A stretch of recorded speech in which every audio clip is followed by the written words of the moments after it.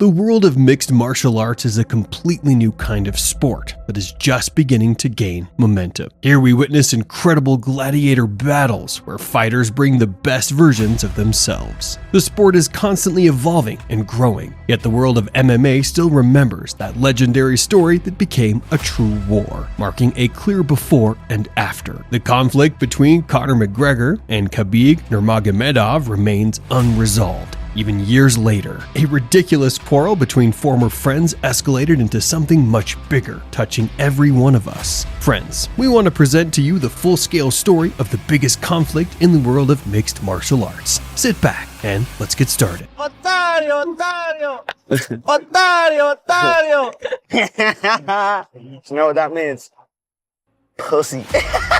This remarkable man won the hearts of millions around the world. A master of trash talk, he stormed through the top opposition in the UFC and earned a chance to become a champion in record time. Conor McGregor is an absolutely unique phenomenon. When you sign to fight me, it's a celebration. You ring back home, you ring your wife. Baby, we done it. We're rich, baby. Conor McGregor made us rich.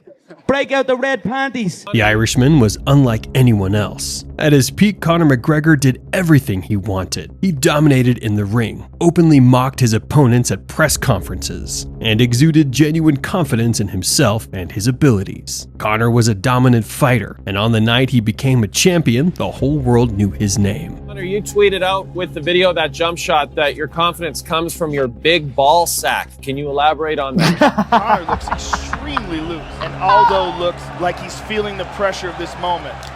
Jose Aldo Jr. Conor relaxed, smiling. Oh! He slapped him! Conor McGregor is the new UFC featherweight champion of the world! Oh! Unbelievable! McGregor embodied charisma. He defeated his opponents even before stepping into the Octagon. He never took his adversaries seriously, and when it came to the fight itself, he always shocked the world. Restraint, respect, and calmness were never traits of the Irishman. But on the other side of the world, for another man, these qualities meant everything. When was the last time that you fought a bear? He's trying to up the pace right here, John. Round one is gone. Like 3 weeks ago, before I come back here, we have grappling match.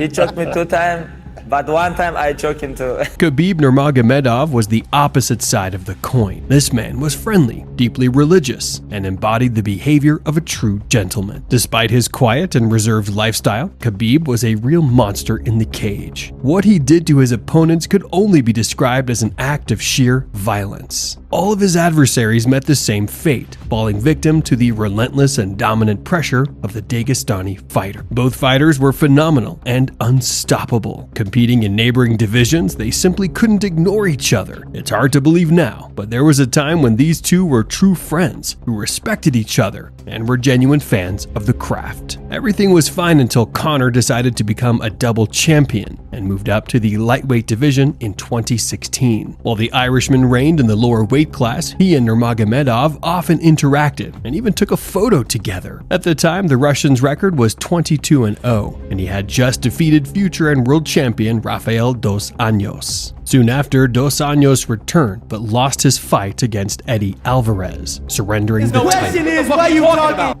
That's his question. Why the f*** they're talking? Say it like it is, you're blessed. You're blessed that I chose you. You're blessed that I chose to whoop your ass neck. Ultimately, McGregor faced Alvarez at UFC 205, delivering a spectacular performance to become a 2-division world champion. Champion against champion. First time at 155 since 2012. He's home. Can he finish it right here, right now? Front kick to the body by Alvarez, returned by McGregor. Huge round for the challenger. Alvarez pushing forward. Alvarez caught him on the end of that right hand, but not enough to hurt him. Now they're Alvarez saying officially, he got tired. Alvarez getting loose, getting better here in this round, though. Oh, man. Until that. Oh, he's done. He's done. It is all over. History has been made. Conor McGregor is the UFC lightweight champion. Notably, Khabib fought on the same card, but he was originally supposed to be in Conor's position, competing for the belt. Like, we don't know, maybe Conor make different decision.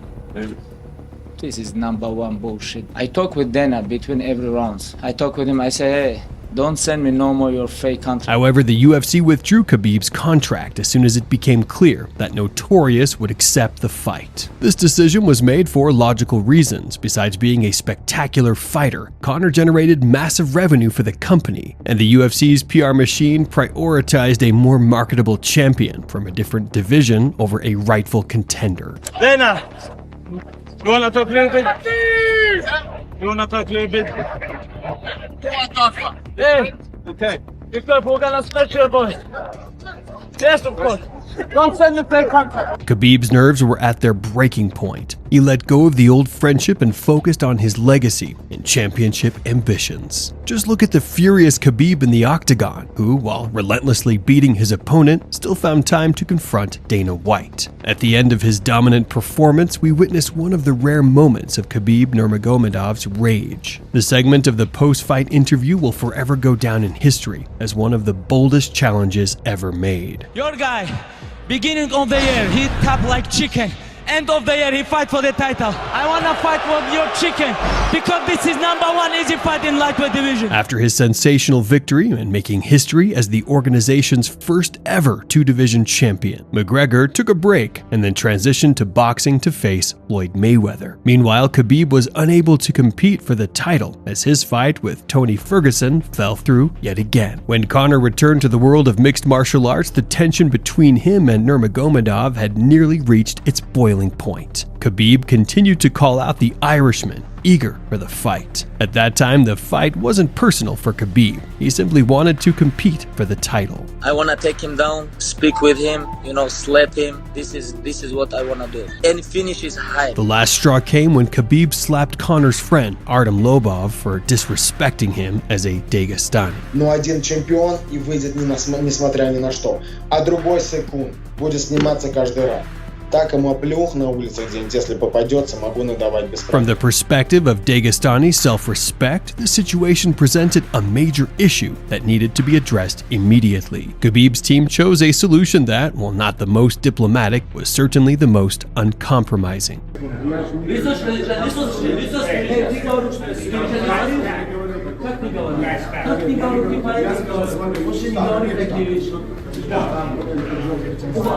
This marked the point of no return. From that moment, events began to escalate rapidly. There's a guy named Artem who is Conor's best friend. He's from Russia. Khabib is from Russia too. Okay. There was some kind of Russian stuff going on between those two in New York, and Khabib slapped him, surrounded him with his friends and slapped him. He picked up the phone and called Conor. That's embarrassing, Khabib slapped me. Conor fueled up the G650 and loaded it up with Irish guys. They flew to New York and attacked the bus that he was on. Attacked the bus.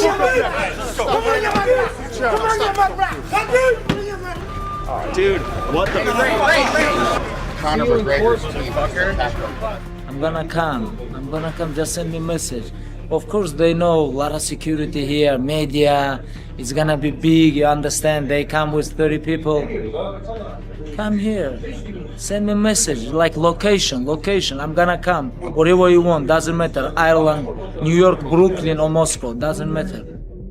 Tell me, where? Credit must be given to Conor McGregor, as he is a true warrior at heart. Despite being far from the sport and after a long hiatus, Conor returned to the brutal game and chose the toughest, most challenging opponent he could face. Once McGregor showed interest in the fight, the official announcement wasn't long in coming. To let it know, I come here unarmed, no weapons. Step off the bus. You talk the big game, now I'm here. He done fucking nothing. He sat and took a shit on that bus. This conflict had long since evolved from a simple championship fight into something deeply personal. It was a true clash of two different worlds, where only one could emerge victorious. The reason this fight is so big is because it's two of the absolute best fighters in the world fighting in their prime when they should be fighting. A man who conquered a bear at childhood will be wrestling Conor McGregor on Saturday night, UFC 229. I don't give a fuck what he's going to try and do. He's going to be swinging wildly like he is, sloppy, shooting for the legs. He's an amateur. He's a 20, would you believe he's 26-0? I've never met an unbeaten amateur in the professional game. I mean, he's fucking fought nobody, absolutely nobody. Anyone that he's half fought has been decisions. He's in over his head. I'm gonna pick him apart and bully him in there and absolutely maul him, and that's it. Conor didn't hold back, using trash talk in all its glory, targeting everyone in Khabib's inner circle. The Irishman tried to get inside his opponent's head and dance there, just as he had done with all his previous rivals. But this time, it didn't work. Khabib's cold calculation and his team's meticulous preparation rendered Conor's mind games useless. Tomorrow night, I'm gonna smash your boy, guys. I'm gonna smash your boy. He can say whatever he wants. When alcoholic, someone drunk guy talk, nobody cares about him. And when we go to the cage, we will see who's gonna talk. We're going into this, I think, a little bit ahead, just a teeny bit, but sometimes that's all you need, just a little bit. And we're going in there with that relaxation, confidence in knowing that now it's time. Cage closes, now it's time to do his thing, and I know Khabib is going to go out do exactly what we've been preparing for. I have no doubt about it, but I'm expecting a war. When the cage door closed, the entire world watched with bated breath. McGregor began with his traditional pressuring style, keeping his hands low to better defend against takedowns. 10 seconds into the fight, Conor threw a leg kick, trying to bait the anticipated takedown attempt from Nurmagomedov. Yet, the takedown still came as a surprise, as Khabib executed it with incredible speed from a significant distance. From there, Khabib got to work. His first priority was to neutralize McGregor's ability to stand up using the cage. To achieve this, he tied up Conor's legs and started pulling him away from the fence. In half guard, Khabib kept McGregor pinned down, forcing him to expend a lot of energy. The first round ended with Khabib's complete domination. In the second round, Khabib's overhand punch became a pivotal moment in the fight, turning the tide completely. Our hearts raced as the grappling specialist managed to drop one of the best punches in the organization. At that point, it became clear Khabib was there to take McGregor's soul. And then came the infamous conversation Khabib had promised to have in the cage. Let's talk now.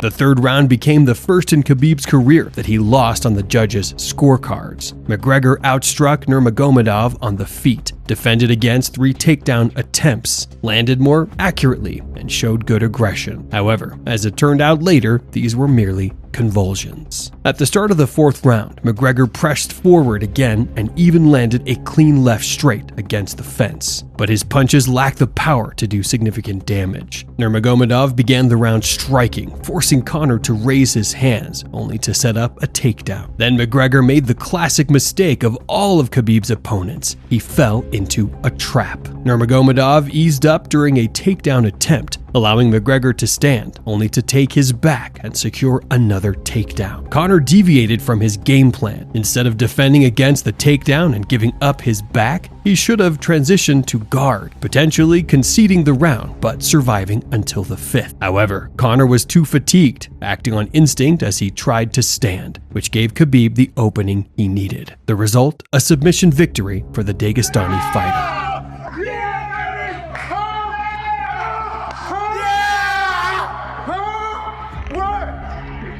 Oh my God! But we all remember the aftermath of this victory. Fueled by his emotions and triumph, Khabib leapt into the crowd in a display that would go down in history as the most chaotic celebration ever. The Eagle launched himself at Conor's jiu-jitsu coach, while the Irishman fended off Khabib's teammates inside the cage. Security struggled to control the erupting chaos. I know my father gonna smash when I go home because I know he's gonna smash. I mean, after the shot you took when the kid jumped in.